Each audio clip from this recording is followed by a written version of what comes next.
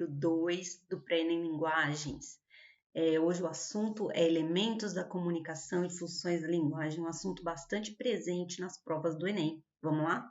Bom, antes da gente começar a falar de elementos de comunicação e função da linguagem, é preciso fazer uma distinção bem importante, que é entre o que é língua e o que é linguagem.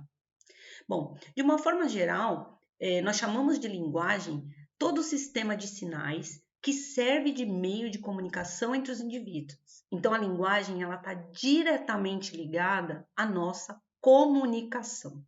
Nós sabemos que existem dois tipos bem distintos de linguagem, né? A linguagem não verbal, que é aquela que nós não usamos palavras, ela pode ser expressada, digamos assim, através de gestos, de sons, de imagens, em que mesmo a gente não tendo ali a palavra escrita, a gente entende o que aquilo quer dizer, tá bom? Tem um exemplo aí, é uma placa de trânsito, né, mostrando que tem uma lombada, não está escrito a palavra lombada, mas ao perceber essa placa, o motorista obviamente vai saber do que se trata. E também temos a linguagem verbal, que é aquela que acontece utilizando-se as palavras. Essa linguagem verbal ela pode ser escrita, obviamente, ou pode ser oral também. E a língua, né? O que seria a língua? A língua é o idioma, né? É um sistema gramatical pertencente a um grupo de indivíduos. Então, a diferença básica entre língua e linguagem é essa. Uma está na esfera da estrutura, da conceituação gramatical, e a outra está na esfera da comunicação, que é o caso da linguagem. Então, por exemplo, se a gente tem na língua uma palavra, em português ela se escreve de um jeito, em inglês ela se escreve de outro, em espanhol se escreve de outro e assim por diante. Então a gente tem aí, por exemplo, o símbolo bola, em português é bola, em inglês é ball, e em japonês, olha só, é tama. Cada língua traz a sua grafia e a sua estrutura fonética dessa palavra de uma forma, porém o símbolo, o referente, ainda é o mesmo, tá bom? Então a diferença básica entre língua e linguagem é uma está na esfera da estrutura e a outra na esfera da comunicação, guarda isso.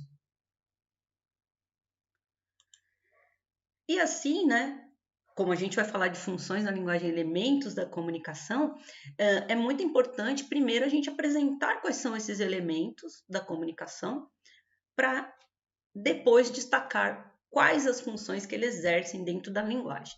Então, esses elementos, né, que são num total de 6 elementos, eles foram nominados pelo linguista Roman Jakobson, e eles têm, assim, diretamente uma função ligada a cada intencionalidade da linguagem, tá?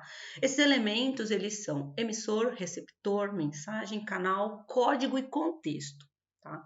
Então, eles estão aí colocados. O emissor é aquele que fala, que escreve, enfim, que produz uma determinada mensagem. O receptor é o destinatário dessa mensagem, então é o leitor, o ouvinte, aquele é o outro, né, no sistema de comunicação que a gente tem.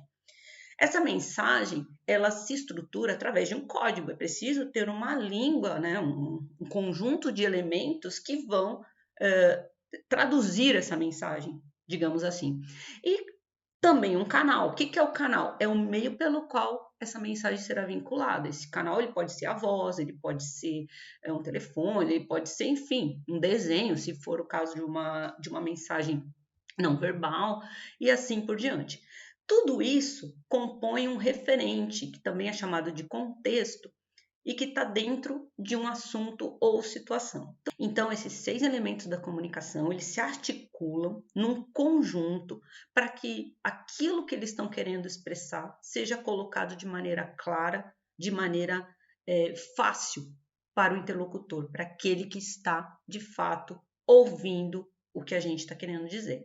Quando a gente tem essa situação com 6 elementos, é muito importante mencionar que de todos esses 6, o elemento primordial, aquele que é fundamental, que é o mais importante de todos, é o receptor.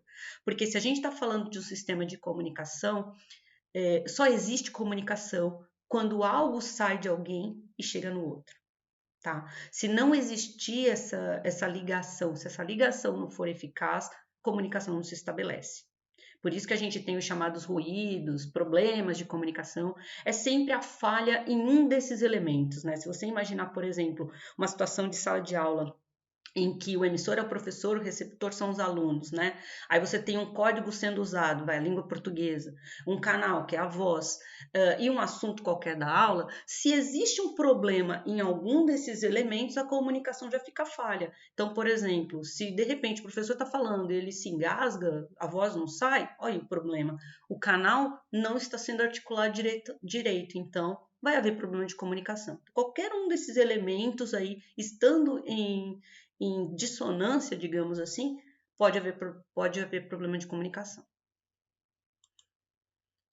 E como eu falei, são 6 elementos e, portanto, nós vamos ter 6 funções da linguagem, cada uma correspondente a um elemento diferente. Então, eu vou nominá-las e depois a gente vai ver um exemplo de cada uma para que fique mais claro, tá bom? Então, nós temos aí o emissor e a função do emissor é a função emotiva. Nós temos o receptor e a função relacionada ao receptor é a função conativa, também chamada de apelativa. Temos aí a mensagem, a função relacionada à mensagem é a função poética. Com relação ao código, a função relacionada ao código é chamada de metalinguística. Para o canal, a função relacionada ao canal é a função fática. E, finalmente, para o referente, a função relacionada ao referente ao assunto se chama função referencial. E aqui a gente tem, vamos ver como elas se articulam? Então, a função emotiva, ela é marcada pelo uso da primeira pessoa, seja a primeira pessoa do singular ou do plural. E a gente percebe nas expressões, nas frases, enfim, quando essa função está presente, predominante, a expressão de sentimentos pessoais. Então, a gente vê uma coisa muito pessoalizada na sequência, né, onde você tem a função emotiva como predominante. Depois, a função é a função conativa ou apelativa, e ela aparece aqui, ó, bem no seu cantinho, como aquela função que tem por intencionalidade influenciar. Né? Se a gente perceber bem, é o que fazem, por exemplo, as propagandas, os anúncios, justamente tentar convencer alguém. Ela tem esse discurso, porque o discurso do eu, nesse caso, é para o outro. Por isso que ela tem essa intenção. É muito comum a gente ver o uso de verbos no imperativo, na função conativa, mostrando justamente essa carga, né, de persuasão que ela traz. Depois a gente vai ver a função da mensagem. A mensagem, a função que valoriza a mensagem é chamada de função poética. Onde está presente a função poética? Em poemas, poesias, a gente vai ver ali uma valorização estética, a palavra ela é muito valorizada, então você vê que existe uma carga digamos, de destaque para a mensagem em si, para o valor das palavras, para tudo isso que envolve estética linguística. Tá bom? Função fática é aquela que está diretamente relacionada ao código. Qual é a função, né? Aliás, qual a intenção da função fática? É estabelecer um contato.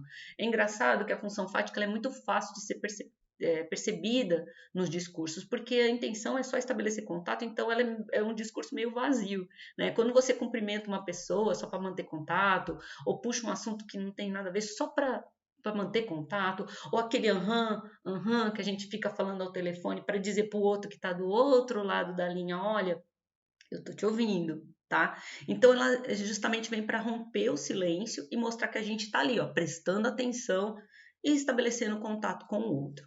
Função referencial, ela tem o objetivo de informar, então ela está presente em textos onde tem clareza, objetividade. A gente encontra com muita facilidade a função referencial nas notícias, nos artigos científicos, então aquela onde tem uma formalidade maior, você vê que não existe muita dúvida para você destacar um trecho ou um texto como predominantemente referencial.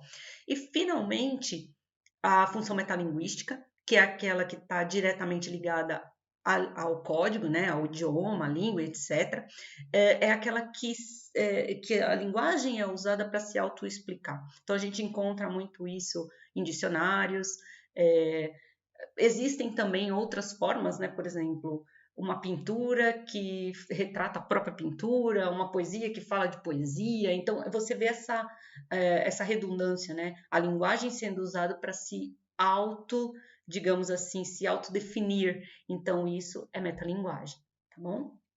Estudar funções da linguagem é algo bastante legal. Você vai ver que é gostoso até, divertido a gente ficar procurando ali qual é a função predominante, etc. Lembrando que um discurso ele não precisa ter apenas uma única função. Geralmente eles são híbridos mesmo, e você tem ali, pode até ter uma função predominante, porém não exclusivamente, tá bom? Então é muito comum a gente encontrar discursos, seja através de texto, seja através de conteúdos falados, onde você tem uma mistura bem grande dessas funções da linguagem.